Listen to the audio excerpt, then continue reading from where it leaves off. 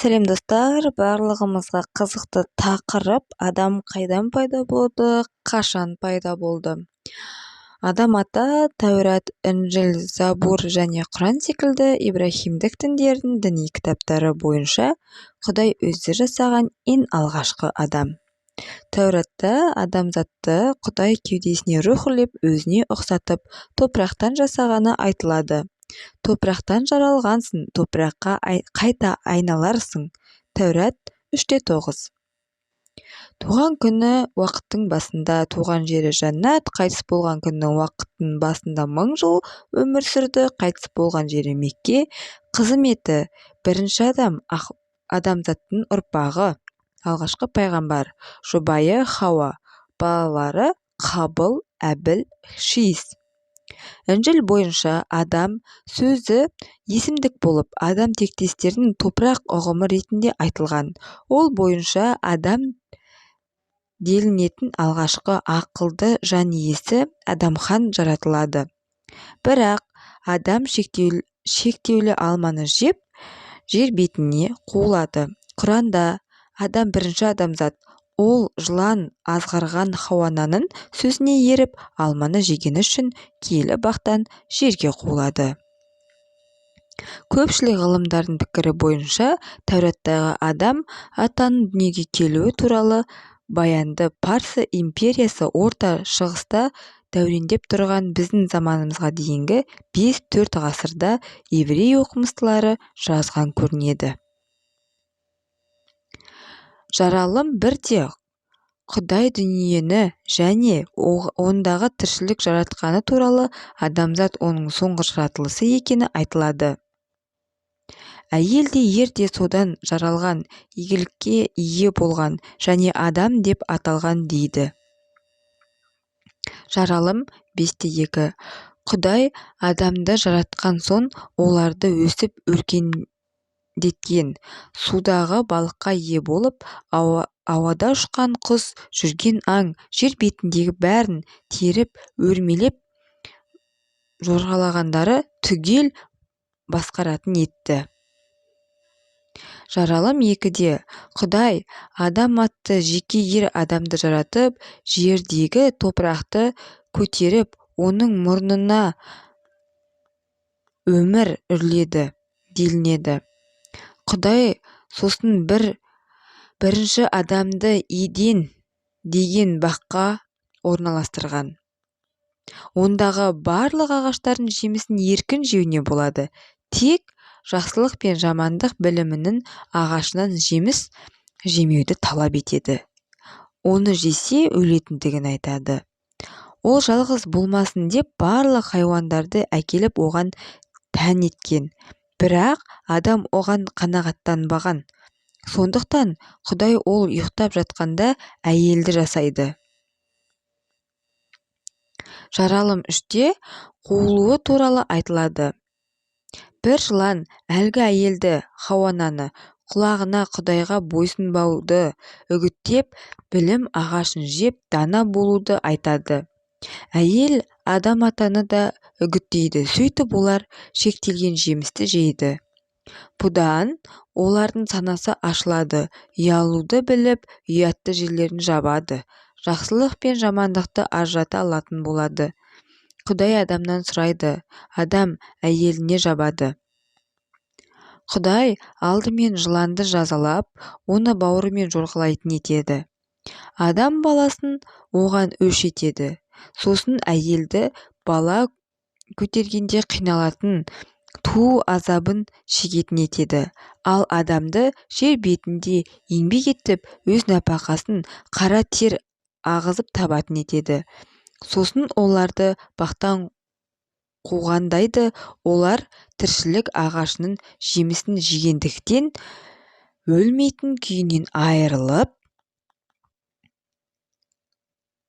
уақыттық өмір сүретін болады. Еврей мен христиан діндері бойынша бұл алғашқы күнә делінеді.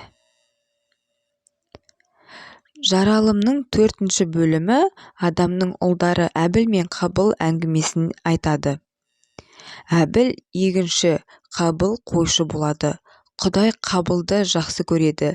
Әбіл қызғанып Қабылды өлтіреді. Құран және адам. Құранда бұл тақырып әр тұста шашырай айтылғанымен кеңейтіле баяндалған. Сыңғырлап тұрған кепкен балшықтан тиісті мүстінге келтіріп, адамды біз топырақтан жараттық. Құран кәрім, Хижр сүресі 15-26. Адамды ол ұйыған қаннан жаратты. Алақ сүресі 96-2. Біз сендерді, адам атаны әуелі топырақтан жараттық, оның нәсілін рухтан, жыныстық тамшыдан, кесек еттен құрап жараттық. Біз мұның тектерін білу үшін айтып отырмыз. Хаж сүресі 22-5. Тәуратта Құдай әмірі адам атаның жаралуымен шектелсе, Құранда Алла әмірі адамзат ұрпағының бір-бірін өрбіп дүниеге келуін түгел қамтиды. Сондай-ақ Тәуратта Құдай адамды өзіне ұқсас қып жаратты делінген. Уақыт жағынан дүниеге кейін келген Інжілде Иса пайғамбардың адам кейпіндегі Құдаймен жүздесуі осы тұжырымнан бастау алған. Еуропада Құдайды адамға ұқсатып суретін салу бәрібір осыдан. Ал Құранда адамды біз сөз жоқ әдемі мүсінде жараттық. Тин сүресі 95-4. Дүймен ғана шектеледі. Бұл мәселеде дін әлемінде тоқтаусыз таластар туындауда. Алайда Ықылас сүресінде 112-1. Сен айт, Алла жалғыз де. Алла мәңгілік, ол тумаған да. Оған ешбір теңдес жоқ деген аят Тәураттық, Інжілдік тұжырымдарға қарама-қарсы, яки Алла адам атаға не адам ата Аллаға ұқсас болуы мүмкін емес. Адам ата жұмақта жаратылып, жұмақта ғұмыр кешті. Аспаннан түсті делінетін киелі кітаптарды қай-қайсы да жұмақтың жан рахаты, ғажабы тамылжыта жазған. Жәннатта бағында адамға қорек болатын жеміс ағаштары мен қатар өмірлік мәні зор киелі ағаштар да жеткілікті. Өмір ағашы, әлемдік діңгек ағашы, қайырымдылық ағашы, қуаныш, мерей, билік ағашы, тағы басқа. Адам ата жұмақта жай ғана серуендеп жүрмейді. Жеміс ағаштарын бағып күтіп, бағбандық қызметін де атқарады. Құдіретті күшті Алла оны алғашқыда бағбан етіп жаратқан еді. Кейін бақташылық жұмысы да қосылып беруді қолайлы көрді.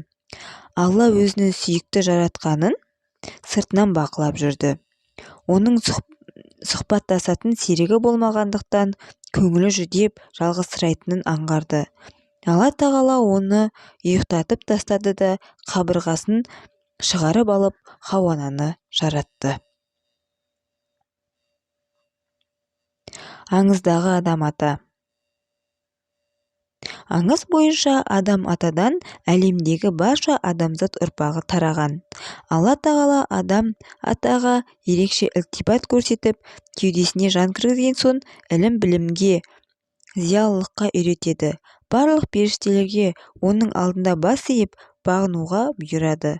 Бірақ Ібліс адам ата мен Хауананың өз үңгіріне иландырып, ақыры соңында олардың пейіштен қуылуына себепші болады. Бір күні олар серуендеп келе жатқанда ән-жыр, зәйтүн Тәуратша ізгілік пен зұлымдықты тану ағашының бұтағында ширатылып жатқан жылан.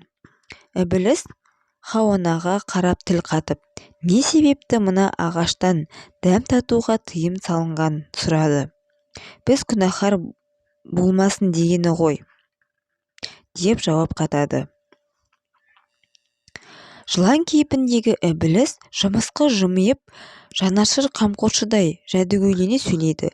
бұл ағаштың жемісін жеуден тыюы, Тәңір сендерді періште болып кетпесін, жұмаққа мәңгі қалып қоймасын дегеннен басқа түк те емес.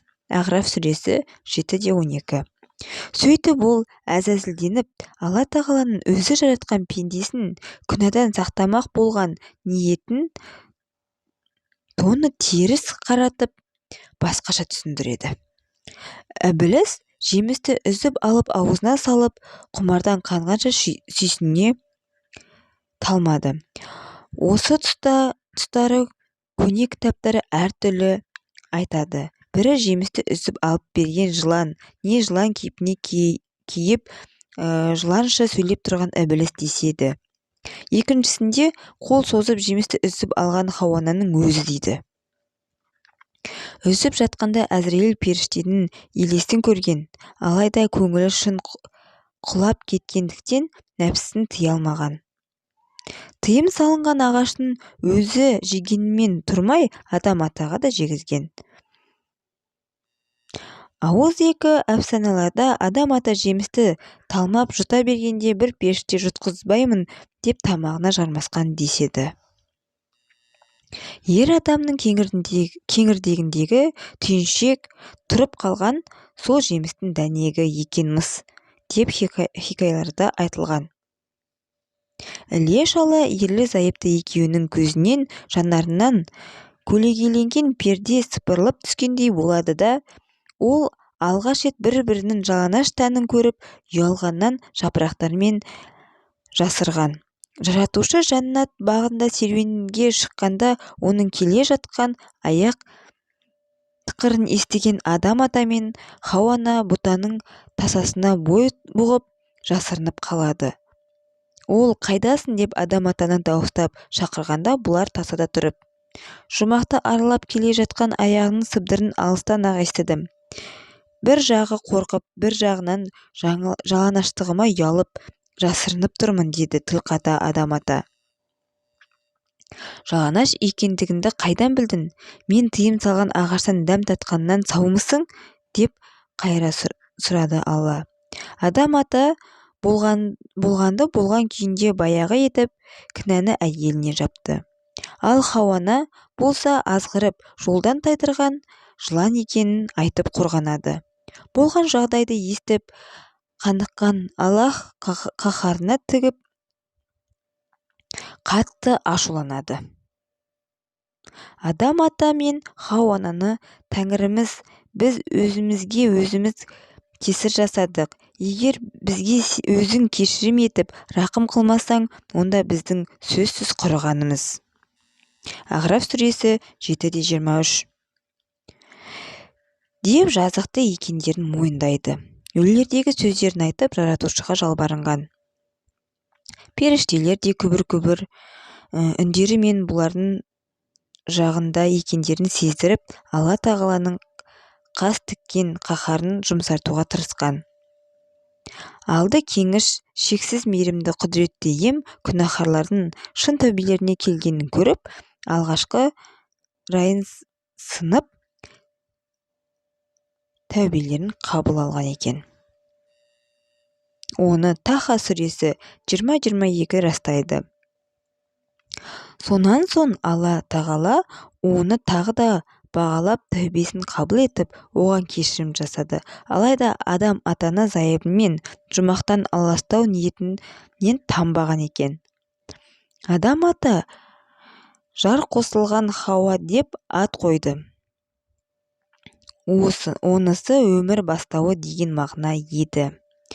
Жаратушы аң терісінен киім реттеп істеп, олардың ашылған әурет жерлерін жапты, жұмақтан қуып шықты. Адам ата мен Хауана иіндері еңкейіп, пұшайман халде бұрылып кете барды. Алла анық кеңесін айтты. Алда-жалда мен сендерге бір тура бағыт жібере қалсам, кімде-кім сол тура жолмен жүрсе, ол адаспайды. Қияметте қасірет чекпейді. Егер кімде-кім менің насихатыма теріс қараса, онда оның өмірі таршылыққа түседі. Қияметте біз оларды көр соқыр қалпында жинаймыз. Таха сүресі 20-123. Алла күнәһарларды жұмақтан аластатады да жәннат бағы қақпасын алдына оттан өртелінген алапат қылышы бар қанатты періштені күзетке қойды. Кейін бұл әңгімені таратып баяндағаннан дін тарихшылары жәннат бағын аттап шығысымен-ақ адам атаның қайғыдан бой шөгіп аласара берген деп жариялайды. Пейіштен қуылған соң адам ата Хауанамен Мекке атырабында кездескен. Адам ата 3 көктен қара тас түсіріліп, ол сол жерге қағба тұрғызады. Олардың 2 ұлы, 2 қызы болған екен. Ер жеткен соң 2 ұлы Әбіл мен Қабіл қарындасының біреуіне таласып, бірі Қабыл Әбілді өлтіреді. Содан бері адам баласы өлтіретін болыпты. Аңыз бойынша адам ата бабамыз 930 жыл өмір сүріпті.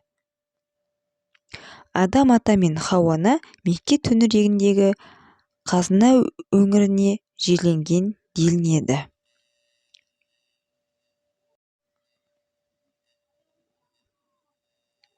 Адамның дүние салуы. Өмір жалғасып жатты. Адам 1000 жыл ғұмыр кешті.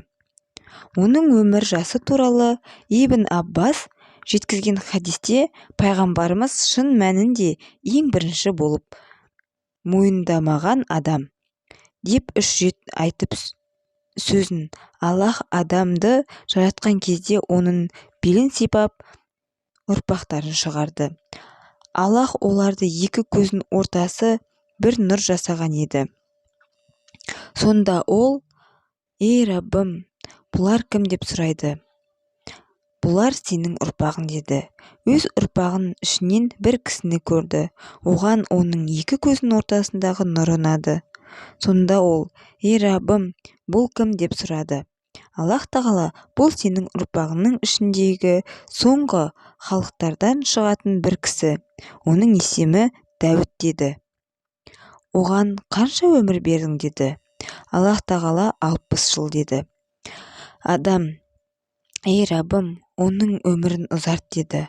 Аллах тағала: «Тек сенің өміріңнен ұзартамын» деді. Сөйтіп адамның өмірінен Дәуітке 40 жыл қосылды. Аллах тағала періштелерді куә қылып жаздырып қойды. Адамның өмірі аяғына жеткен кезде оған өлім періштесі келеді. Сол уақытта ол 960-ға келген болатын. Ол өз жасының 1000 жыл екендігін білетін. Сонда ол өлім періштесіне: «Менің 40 жыл ғұмырым қалған жоқ па еді?» деді. Періште: «Оны 40 жылды ұлың Дәуітке бермедің бе?» деп айтты. Ол мойындамады. Аллах тағала оған жазуды шығарып дәлел келтіреді.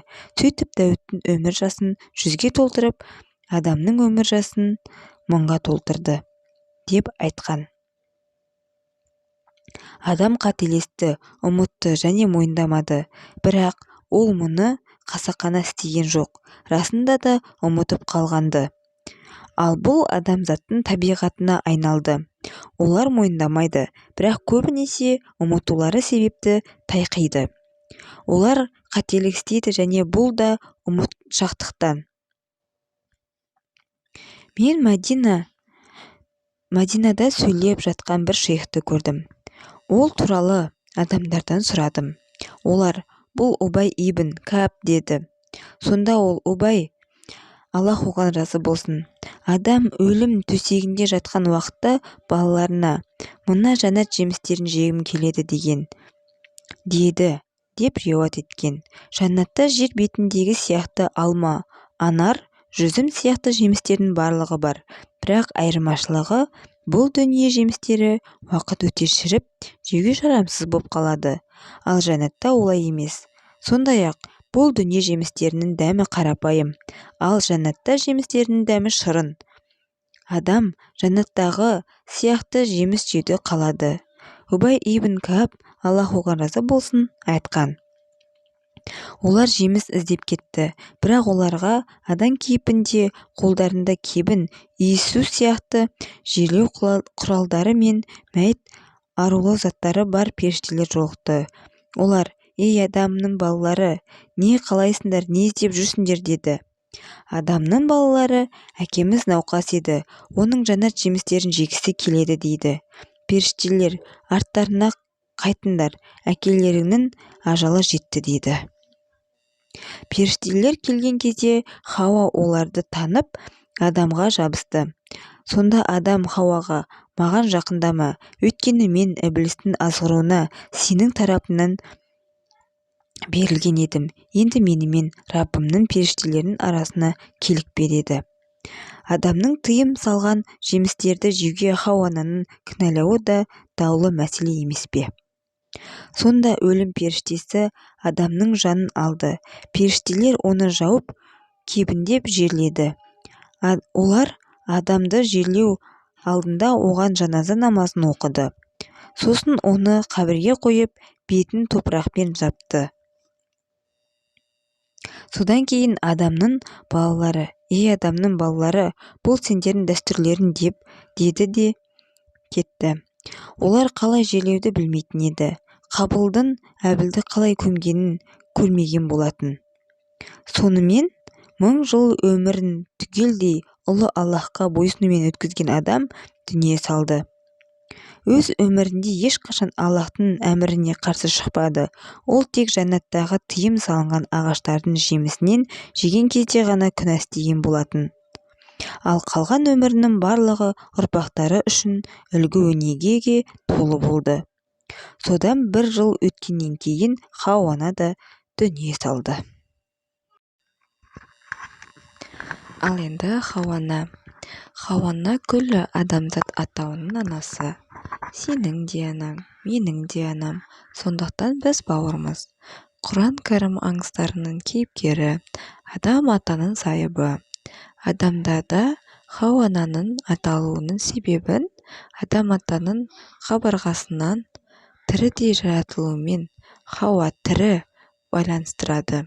Хазірет Хауа ананың теңдесі жоқ сұлу көрікті болады. Адам ата оған ерекше ынтызар болып, мейірім-махаббаты түседі. Құтпа оқылып, некесі қиылғаннан кейін екеуі ерлі-зайыпты болып, жаннатта мамыражай ғұмыр кешіп жатады. Іблістің азғыруына ілескен Хауанамыз тыйым салынған жемістен дәм татып, адам атаны одан да жеуге үгіттеп көндіреді. Осы күнәларының себебімен Құдайдың қаһарына ұшырап, екеуі пейіштен шығарылған соң күнәларына кешірім табу үшін жер бетіне жіберіледі. Араб еліндегі Джидда тауының келіп түскесін жасаған күнәларына налып, көп жылын жылаумен өткізеді. Ақырында Кабаға келгесін Аллах күнәларын кешіріп, адам атаға қосылады. Хауана бір ұл, бір қыз егіз қылып бірнеше ұрпақ дүниеге келеді. Ал енді маңызды сұрақ: адам ата жер бетіндегі бірінші адам ба, әлде адамға кейін жіберілген бірінші пайғамбар ма, әлде бірінші адам әрі бірінші пайғамбар ма? Құран аятында адам ата мен Хауанадан көптеген еркек пен әйел тарағаны айтылады. Ал ол адам атаның ұлдары кімге үйленген? Өздерінің туған қарындастарына ма? Адам атаны ұрпағы олай болмаған күнде қалай жалғасады? Ұрпақ жалғастығы үшін одан басқа қандай тәсіл бар? Бұған жауап беруші ол заманда Алла тағала ағалы қарындастың үйленуіне әлі тыйым салмаған дейді. Ұрпақ жалғастығы үшін, ал одан кейін бірден қатаң тыйым салынған. Хауана адам атаның қабырғасынан жаралды емес пе? Солай ете тұра екеуі некеленді. Бұл да сол секілді дейді. Генетиканың заңы бойынша ағалы қарындас үйленетін болса, одан туылған ұрпақ міндетті түрде кесел-кемтар, ауру сырқау болатыны медицинада әлдеқашан дәлелденген. Оны айтасыз, қазақтағы 7 атаға толмай қыз алысудың өзінде ұрпағының генетикалық ауытқушылыққа ұшырайтыны ғылымда дәлелденген.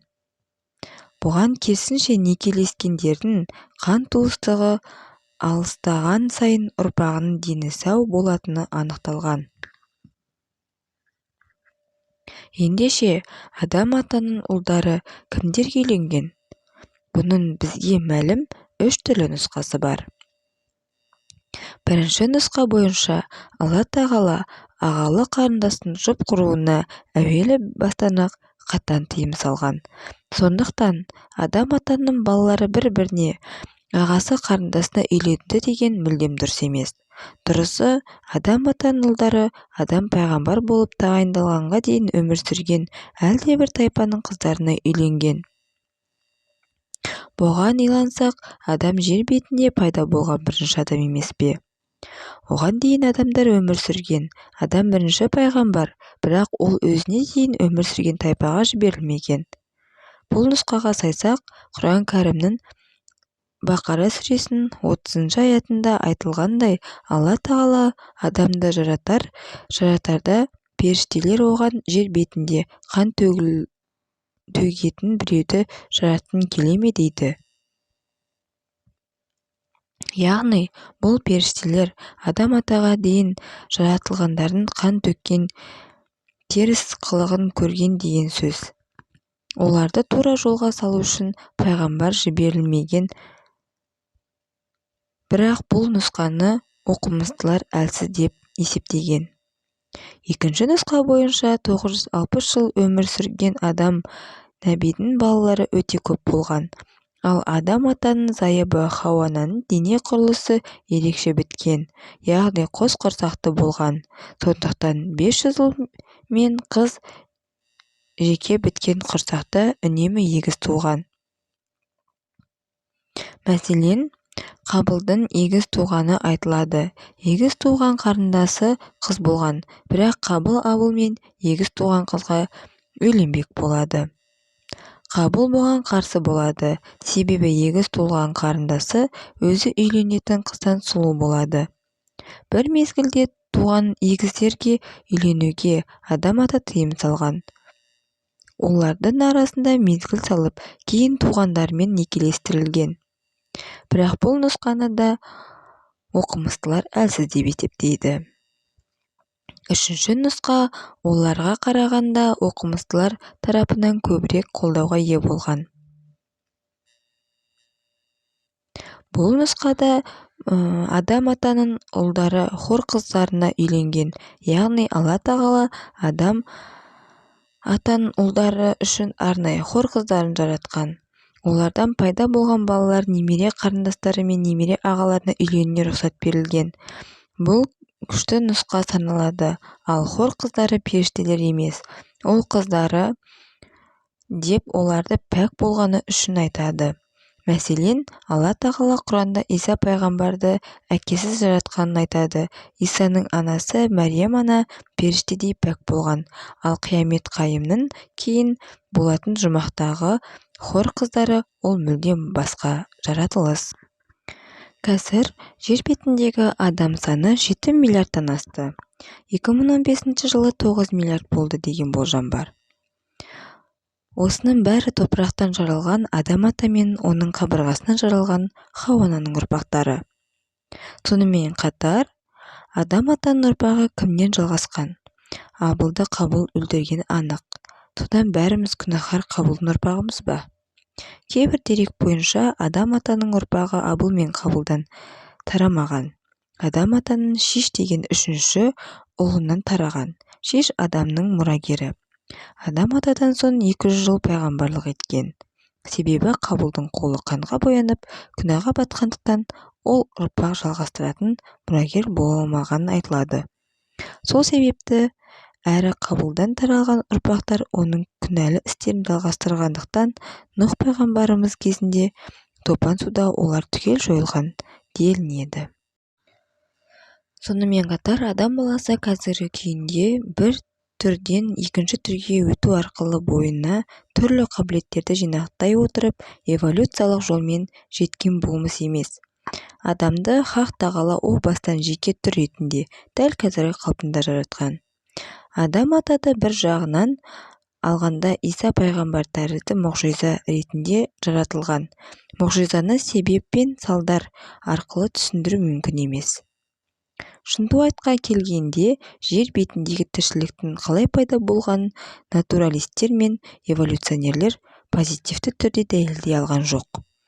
Олардың теориялары ғылыми негізі жоқ желбуаз сөз ғана. Айтылған теңеулер сындарға да тиянақты жауап бере алмаған. Оқимын дегендерге бұл туралы жазылған еңбектер жетіп артылады. Егер физикалық әлемге қатысты мәселе қозғалса, оны себеп пен салдар шеңберінде қарастыру қажет екендігі белгілі. Мысалы, бір дақылдан бір ағаштың өсуі үшін жер, топырақ, атмосфера, дақыл және дақылдың өнуіне лайықты ағаштар қажет. Міне, сол себепті бәрі бірлескен кезде ғана ағаштың көктеп өсуіне жол ашылады. Осы себептің бәрі орындалған жағдайда ғана нәтиже пайда болады. Яғни Аллах тағаланың рұқсатымен осы себептер бірлескенде дақылдан қылтанақ өнеді, жұмыртқадан балапан жарып шығады. Адамның алғашқы жаратылысы мұғжиза болып табылады. Бұл мәселені себеп пен салдар тұрғысынан былайша талқылай аламыз. Мысалы, бір түрден екінші түр алу үшін бір құс пен бір тауықты немесе бір бие мен есекті жұптастырдыңыз делік. Біріншіден еш нәрсе шықпайды, екіншіден есек пен бие ұрпағы жалғаспайтын қашыр туады. Бұл жерде себептің өзінде нұқсандық бар, яғни себеп салдар заңдылығы бойынша нәтижеге бару жолында бір кемістік тұр. Бірақ ел мен әйелдің бір адамның пайда болуы үшін ердің спермасы әйелдің жатырындағы жұмыртқамен бірлескен жағдайда себептер толық жүзеге аспақ. Сол кезде Аллах тағаланың қалауымен ұйыған қан құрылады. Ол өсіп жетіліп белгілі сатылардан өтіп дүниеге келеді. Бұл жерде себептер толық бірлескендіктен күткен нәтижеге қол жеткізесіз. Негізінде Хақ тағала керемет көрсетіп, оны да өзгертіп, басқа жолдары арқылы өзгеше түрге ендіріп те дүниеге әкелуі мүмкін. Иә, бұл кез келген істі себеп пен салдар арқылы түсіндіру жолы. Ал мәселен себеп пен салдар заңдылығынан тыс болып жатса, оны эволюциялық не табиғи сұрыпталу арқылы емес, Аллах тағала және пайғамбардың айтқанына қарай қабылдауымыз қажет. Ал Аллах тағала, сендер түсіндіре алмайтын нәрсені мен өзім айтайын, бұл мұғжиза дейді. Адам ата-анасыз, Иса пайғамбар әкесіз мұғжиза ретінде дүниеге келген. Аллах тағала кез келген болмысты кейде анасыз, кейде әкесіз жаратқаны тәрізді, кейде анасы да әкесі де жарату құдіретіне ие. Міне, адам атаның жаратылуы да дәл осылай болған. Осы жаратылысты себептер арқылы түсіндіру мүмкін емес. Құран кәрім барша ақыл иелеріне жар салып, жер бетін аралап жаратылыстың қалай басталғанын көрсін дейді. Жоқтан бардың пайда болуы олар қалай түсіндіре алмақ? Сол сияқты Хауананың адам атаның жаратылуын мәселесінде сондай мұғжиза болып табылады. Сондықтан мұны себеп пен салдар заңдылығы бойынша түсіндіре алмаймыз. Түсіндіре алмадық екен деп, бірден жоққа шығару да таяздық болса керек. Өйткені адам ата Хазірет Иса да осылай жаратылған. Адам ата мен Хауананың жаратылуы адам баласын ұмытқандықтан Хазіреті Исаның жаратылысы арқылы Аллах тағала қайтадан алғашқы жаратылысты еске салды. Исаның дүниеге келуі жайлы сұрақтарға жаратқан ие. Аллах үшін Исаның жағдайы адамның жағдайы тәрізді. Аллах оны топырақтан жаратты, оған кейін бол деді. Сол мезетте болды деп жауап береді. Енді Хауананың адам атаның қабырғасынан жаратылу мәселесіне келейік. Мен бұл мәселеде сөз таластыру үшін қозғалған деп ойлаймын. сөз таластыруға негіз болған мәселе мынау: адам атаның ең кішкене қабырғасынан Хауа-ананы жаратылады. Неге қабырғадан және неге Хазірет Адамнан? Алдымен мынаған көңіл аударуларыңызды өтінемін. Адамның Аллах тарапынан жаратылғанына аса қуатты дәлелдер бар. Мұны жоқта шығару мүмкін емес. Сондай-ақ бұл Хақ Тағаланың бар екендігіне нақты дәлел болмақ. Ғаламзаттағы мыңдаған заң, жүйе және ұстанымдар бар. Осы шындықты жар салуда. Адамның ішкі әлемі, жүрегі, сыртқы, бұдан өзге де ашылмаған жұмбақтар қашанда Аллах Тағаланы танытады. Бұдан өзге де Хақ Тағаланың бар екендігіне сөзсіз куә болатын мыңдаған дәлелдер бар. Философ, ойшыл, қаламшылар осы дәлелдерге сүйеніп, солар арқылы туралыққа жетелеуге ұмтылады. Әсіресе бұлардың мыңы бір ауыздан келісіп, сол ақиқатты паш етіп жатса, Аллах Тағаланың бар екендігін танытатын, оны жоққа шығаруы мүмкін емес ғажайып қуатты дәлел болмақ. Ал енді кейбір атеистер осы дәлелдің барлығына көз жұмбайлық танытып, тек қана Хазірет Адамның қабырғасынан Хауа-ананың жаратылу мәселесін алға тарта отырып, Хақ Тағаланы теріске шығаруға арқау еткісі келеді. Бұлардың осы жағдайын кемеңгер бір ойшыл мынандай бір мысалмен түсіндіреді. Бауырым, нәпсінің көз байлауы, ол шешілмейінше ақиқатты көруге кедергі келтіреді. Иә, тәжірибе арқылы мына нәрсе дәлелденген. Бір шебердің қолынан шыққан анық көрініп тұрған үлкен бір қамалдың кішігірім тасынан болмашы кемістік байқаса, көзін шыққыр нәпсі қамалды тұтастай мойындамай жоққа шығаруға бар. Міне нәпсінің надандығы мен ақымақтығы осындай мінезден аңғарылады. Бұл барып тұрған сарандық, иә, мейлі адам, мейлі әлем болсын, барлығы Аллах Тағаланың бар екендігіне мыңдаған дәлел, мыңдаған дастан болып осы ақиқатты паш етіп тұрса да, барлық нәрсеге бір жақты қарау надандық емей немене. Осы тақырыпты Бұхари, Мүслим, Ахмад ибн Ханбалдың бәрі де қозғады. Кітапта Хазірет Хауаның Хазірет Адамның қабырғасынан жаратылғандығы жайлы хадистердің мәні сараланып, Құран кәрімде Ниса сүресінде: «Әй адамдар, Аллахқа қарсы келуден сақтаныңдар, қорқып қорғанына кіріңдер. Ал сендердің бір нәпсіден жаратты және одан оның зайыбын да жаратты» деген аяттарды дәлел ретінде келтіреді. Бұл жерде араб тілінің бір ерекшелігіне назар аударғандарыңызды өтінемін. Араб тілінде ол әйел затына қарата айтылған. Ол тәуелдік есімі ха түрінде келсе, ер кісіге қатысты білудің үшін ху деген тәуелділік жалғауы жалғанады. Мұны төмендегі аяттан айқын көруге болады. Сендердің бір нәпсіден жаратты, одан оның зайыбын да жаратты. Осы аятқа терең үңілсек, Хақ Тағала Хазірет Хауаны адамның хақ өзінен емес, оның болмысынан жаратылғанын анық көреміз. Бұл өте нәзік мәселе. Адамның сыртқы бітімі мен ішкі болмысы бір емес. Мысалы, бір адамның денесі мынандай, бойы мұнша, салмағы мынандай деп айтылады. Сонымен қатар оның жаны, тәні, ойлары Аллах Тағалаға жақындығы, алыстығы бар. Егер бір адамның кім екендігін қолға алынатын болса, екінші тұрғыдан қолға алынбақ. Негізінде бірінші жағы құр қаңқасы ғана, ендеше бір адам кісілігі тұрғысынан бір басқа, денесі тұрғысынан бір басқа. Құран кәрім Хазірет Хауаның жаратылысы жайлы айтқанда минха сөзін қолданған, яғни адам атаның өзінен емес, соған тән болмыстан дейді.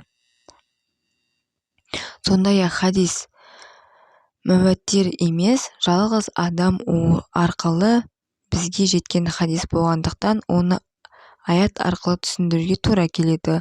Бұл аят пен хадистерді түсіндіруде маңызды тәсіл болып табылады. Аят бұл жерде көпшілік жолмен жеткен Аллахтың сөзі. Олай болса, хадисті аятқа салып, аят арқылы түсіндіру қажет. Алдымен осы хадистегі сөздің айтылуын негіз болған мәселені білу аса маңызды. Сондықтан бұған көңіл аудару қажет. Ол әйелдерге жақсылықты насихаттаңдар дейді. Яғни олар әрқашан жақсылық пен ізгілік туралы айтыңдар. Өйткені әйел қабырғадан жаратылған. Егер оларды бірден түзетуге тырыссаңдар, сындырып аласыңдар. Немқұрайлы қарасаңдар, одан да қисық қалпына келеді. Демек, бұл хадис әйелдің тәрбиесі мен отбасын басқару мәселесін назар аудару үшін айтылған. Иә, оны тез арада түзетемін десеңіздер, мұрт сындырып аласыздар. Түзетпеймін десеңіздер, одан да қисық күйіне қала бермек.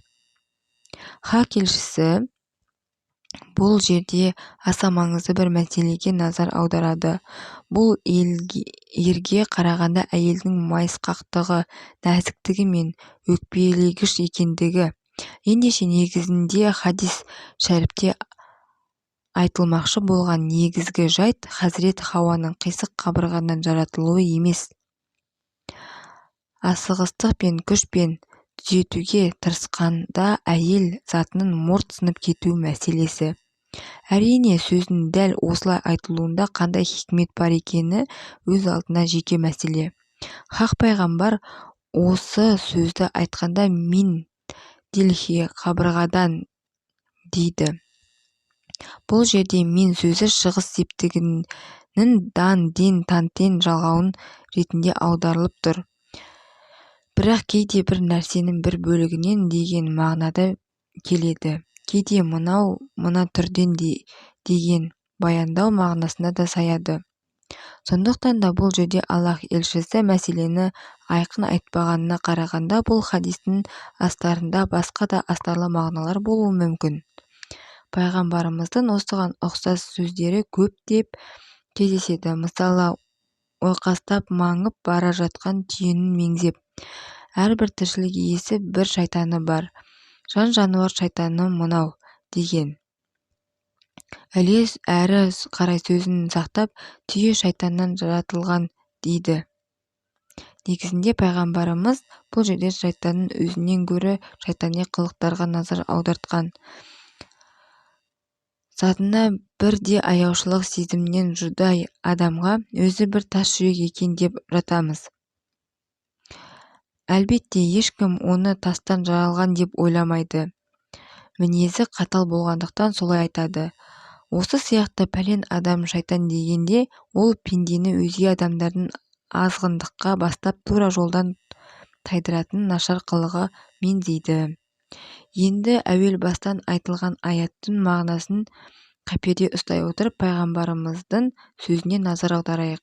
Әйел еркектің қабырғасынан жаратылған. Бір жағынан алғанда әйел еркектің бір бөлшегі, яғни дәл еркектің түріндей түрі бар, жанындай жаны бар жаратылыс, яғни екеуі де бір заттың жаратылған.